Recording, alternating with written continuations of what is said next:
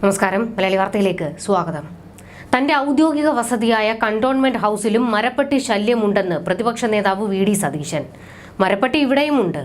പുലർച്ചെ 4 മണിയോടെ ഞാനും മരപ്പട്ടി ശല്യം കാരണം ഉണർന്നു. ഒന്നിലധികം മരപ്പട്ടിയുണ്ട്. വാർത്താ സമ്മേളനത്തിലെ ചോദ്യത്തിന് മറുപടിയായി പ്രതിപക്ഷ നേതാവ് പറഞ്ഞതാണ്. എന്താ ഇനി സതീശനും വസതി നന്നാക്കാൻ ഖജനാവിൽ നിന്ന് അരക്കോടി വേണമായിരിക്കും അല്ലയോ എന്ന് മലയാളികളുടെ കമന്റ്. സത്യത്തിൽ ഇവിടെ പ്രതിപക്ഷ നേതാവിന് ഒരു ഔദ്യോഗിക വസതിയുടെ ആവശ്യമില്ല. എന്തെങ്കിലും പണിയെടുക്കുന്നുണ്ടെങ്കിൽ പോരെ വസതി.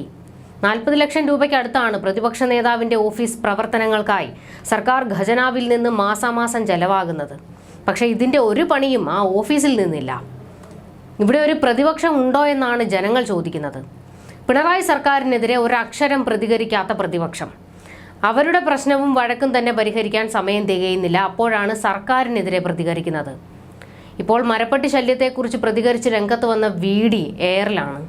മലയാളി എടുത്ത് കുടഞ്ഞിട്ടുണ്ട്. ക്ലിഫ് ഹൗസിലെ മരപ്പട്ടി ശല്യം പറഞ്ഞ് 50 ലക്ഷം പിണറായി വാങ്ങിച്ചെടുത്തു. പിന്നാലെയാണ് സതീശനും മരപ്പട്ടി ശല്യം പറഞ്ഞു വന്നിരിക്കുന്നത്. IAS-കാരുടെ ക്വാർട്ടേഴ്സ് നിർമ്മാണ പദ്ധതിക്ക് തുടക്കം കുറിക്കെ ഔദ്യോഗിക വസതിയായ ക്ലിഫ് ഹൗസിലെ മരപ്പട്ടി ശല്യത്തെക്കുറിച്ച് മുഖ്യമന്ത്രി പിണറായി വിജയൻ സൂചിപ്പിച്ചിരുന്നത്. മരപ്പട്ടി ശല്യം കാരണം വസ്ത്രങ്ങൾ ഇസ്തിരിയിട്ട് വെക്കാനോ വെള്ളം തുറന്നു വെക്കാനോ സാധിക്കാത്ത അവസ്ഥയാണെന്നായിരുന്നു മുഖ്യമന്ത്രി പറഞ്ഞത്. മന്ത്രിമന്ദിരങ്ങളുടെ പഴക്കം കാരണമാണ് മരപ്പട്ടിയും കീരിയും എലിയുമെല്ലാം ചേക്കേറുന്നത്. രാജ്ഭവനിലെ മരപ്പട്ടി ശല്യം കാരണം ഗവർണർ ആരിഫ് മുഹമ്മദ് ഖാൻ കുറച്ചുകാലം മാറി താമസിച്ചിരുന്നു. മന്ത്രിമന്ദിരങ്ങളിലെ മരപ്പട്ടി ശല്യം കൊണ്ട് പൊറുതി മുട്ടിയിരിക്കുകയാണെന്ന് മുഖ്യമന്ത്രി തുറന്നു പറഞ്ഞത് 2 ദിവസം മുൻപാണ്. ഇതോടെ മന്ത്രിമാരുടെ ഉറക്കം കെടുത്തുന്ന മരപ്പട്ടിയെക്കുറിച്ചുള്ള ചർച്ചകളും കൊഴുത്തു. ഇതിനിടെ മന്ത്രിമന്ദിരങ്ങൾ നന്നാക്കേണ്ട അവസ്ഥയെക്കുറിച്ച് ചിലർ വിരൽ ചൂണ്ടി. ഇതിനിടെ മുഖ്യമന്ത്രിയുടെ പരസ്യ പ്രതികരണത്തിന് മുൻപ് 1/2 കോടി രൂപ പൊതുമരാമത്ത് വകുപ്പ് അനുവദിച്ചെന്നാണ് വ്യക്തമാകുന്നത്. ഈ മാസം 26-നാണ് മന്ത്രിമാരുടെ ബംഗ്ലാവുകളിൽ അറ്റകുറ്റപ്പണികൾക്കായി 48 ലക്ഷം രൂപയുടെ ഭരണാനുമതി നൽകി പൊതുമരാമത്ത് വകുപ്പിന്റെ ഉത്തരവിറങ്ങിയത്. ക്ലിഫ് ഹൗസ് ഉൾപ്പെടെ മന്ത്രിമന്ദിരങ്ങളിൽ മരപ്പട്ടി ശല്യം രൂക്ഷമാണെന്നായിരുന്നു പൊതുപരിപാടിയിൽ മുഖ്യമന്ത്രി വലിയ പരാതിയോടെ പറഞ്ഞത്.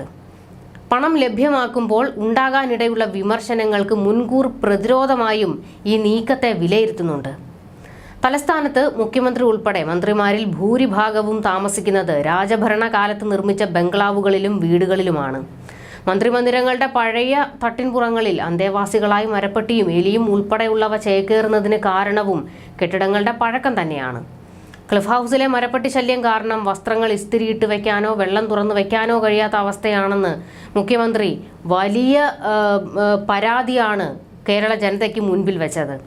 പതിറ്റാണ്ടുകൾ പഴക്കമുള്ള കെട്ടിടങ്ങളുടെ തടി കൊണ്ടുള്ള മച്ചിലാണ് മരപ്പട്ടികൾ ഓടി നടക്കുന്നത്. മുഖ്യമന്ത്രിയുടെ വീട്ടിൽ മരപ്പട്ടിയാണെങ്കിൽ പ്രതിപക്ഷ നേതാവ് താമസിക്കുന്ന കണ്ടോൺമെന്റ് ഹൗസിൽ പാമ്പുമുണ്ട്. ഒപ്പം കീരികളും എലികളും ധാരാളം.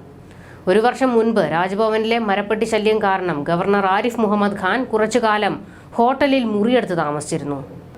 മന്ത്രി വി. ശിവൻകുട്ടിയുടെ വസതിയായ റോസ് ഹൗസ്, വി. അബ്ദുറഹിമാൻ താമസിക്കുന്ന കവടിയാർ ഹൗസ്, ആർ. ബിന്ദു താമസിക്കുന്ന സാനഡു എന്നിവിടങ്ങളിലും മരപ്പട്ടി ശല്യം രൂക്ഷമാണ്. മരപ്പട്ടിയുടെയും എലിയുടെയും പാമ്പിന്റെയും ഒക്കെ ശല്യത്തെക്കുറിച്ച് മന്ത്രിമാർ ഇങ്ങനെ വന്ന് വലിയ പരാതി പറഞ്ഞപ്പോൾ സാധാരണക്കാർക്ക് പറയാനുള്ളത് തലചായ്ക്കാൻ പലർക്കും ഒരു വീട് പോലുമില്ല. ചിലരാകട്ടെ ഇതിലും വലിയ അവസ്ഥകളിലൊക്കെയാണ് കഴിയുന്നത്. അപ്പോൾ ഞങ്ങളുടെ അവസ്ഥയോ എന്താണെന്നാണ് അവരും ചോദിക്കുന്നത്.